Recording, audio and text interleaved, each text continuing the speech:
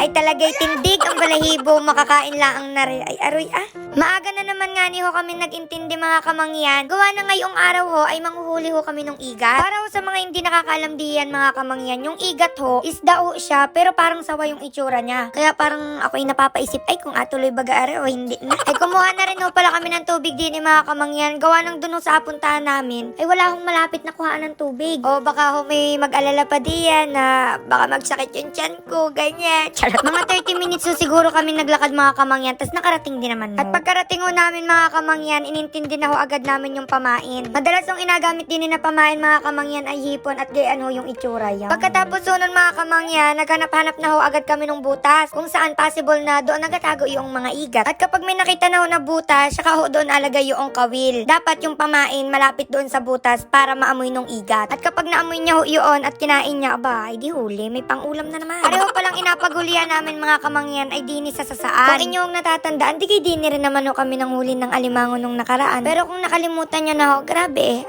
kayo. Madalas ho pala mga kamangyan, sa gabi din ho nanguhuli ng mga garne. Pero sabi ko ho, baka naman pwedeng sa umaga. Then, if it doesn't work, at least we try. Ay, iba pala, sa pelikula pala yun. Tapos ho mga kamangyan, gorping putik din ho pala din eh. Pero ayos lang naman ho. Ang hindi ho okay sa akin ay yung hindi mo ko kayang mahalin pabalik. Ay, yung mga kasama ko ho pala mga kamangyan ay madadalas talagang nagapupunta din eh. Gawa ng, syempre, para kumuha ng pang-ulam, pang-benta, gayaan. Pati nakakatawa ho talagang magpupunta din mga kamangyan. Gawa ng, aba, mapunta kami din eh, mga wala kaming dala. Pero pag uwi namin, meron kaming dalang lukan, merong isda, may alimango, at mga kung ano-ano pa. Tapos ayun o mga kamangyan, after ho namin maglagay ng kawil, sumakay na rin ako din sa bangka para kami ay makapagpahinga na muna. At dahil nga niyo, medyo magutom na mga kamangyan at hindi ho kami nakapagdala ng mga biskwit man laang, eh sakto hong meron dining luka na mga nakuha, kumuha lang ho kami ng ilang piraso para ihawin at pangtawid man laang ng gutom. Tapos ari yung kasama namin mga kamangyan, ayan, inabuhol niya na ho yung mga nakuha niya na alimango. Pagkatapos ho ng ilang oras na paghihintay mga kamangyan, ay napagdesisyonan din ho namin na pumunta na at tingnan yung mga kawil kung may mga huli na. Ay di nagiwaiwalay na rin ho kami para mas mabilis mga kamangyan. Gawa ng medyo madami-dami din hong kawil yung nilagay namin para mas sure kung walang huli yung isa, ay di atingnan kung may huli naman yung isa. At kailangan din ho na magiwalay mga kamangyan kasi nga sobrang sakit na ganyan, wala na kayong time sa isa't isa.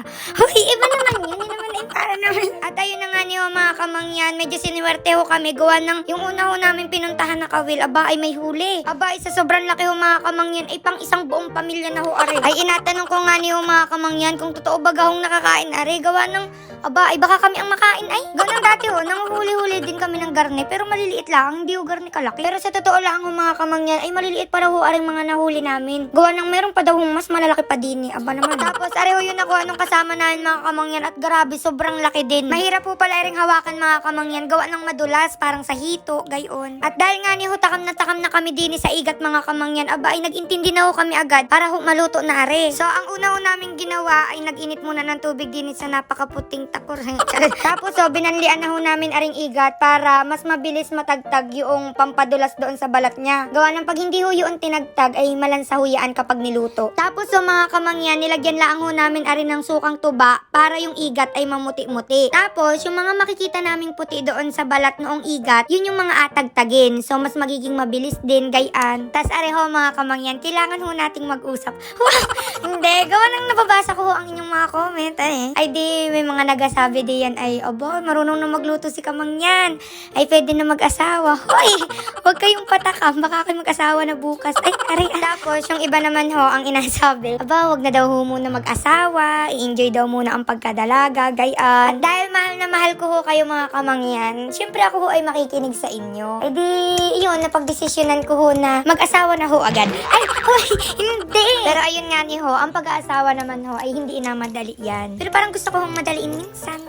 Ayan, bale garni ho yung gayat na ginawa din ni mga kamangyan, gawa ng matinik ho talaga aring igat. Bale, naputol-putol na rin ho yung mga tinik, ay di mas madali na ho siyang kainin. Ayan, nagayat na rin ho pala ako ng bawang, sibuyas, at saka luya. Para syempre, pantagtag din ang lansa. Ang luto ho pala na agawin ko din ni mga kamangyan ay adobo sa gata. Bale, nung nasa kaldero na ho yung mga igat, sinunod ko na ho yung bawang, sibuyas, at saka luya. Hindi ko na ho are nilagyan ng tubig mga kamangyan, gawa ng gatubig naman ho are. Saka ko na rin ho sinunod yung paminta, asin, asin, suka, at saka yung dilaw. Tapos, maghahintay lang ho ng ilang minuto. Ayan, maya-maya nga niyo mga kamangyan ay nagtubig na ho aring igat. Maluluto na ho yan dyan sa sarili niyang sabaw. Tapos, nilagyan ko na rin ho ng sili para may kagat-kagat naman. After ho nun ay alutuin naman ho natin ari sa gata. Ay alam niyo naman ho kapag ginataan ng ulam ay talagay mapaparami ka ho ng kain. After ko mailagay yung gata mga kamangyan, saka ko sinunod aring igat. Ay talaga namang nakakakalam na ng sikmura ari. Ay bali naghintay lang ho ako ng ilang minuto mga kamangyan at ari na ay abaw naman. Itsura pala ang ay ulam na ari. Ala ay laman na laman ho ari mga kamangyan. Wari ko'y patitinik ay kaya ko ho kainin din. Ay mga anak kain na kayo. Parating na yung tatay nyo galing trabaho.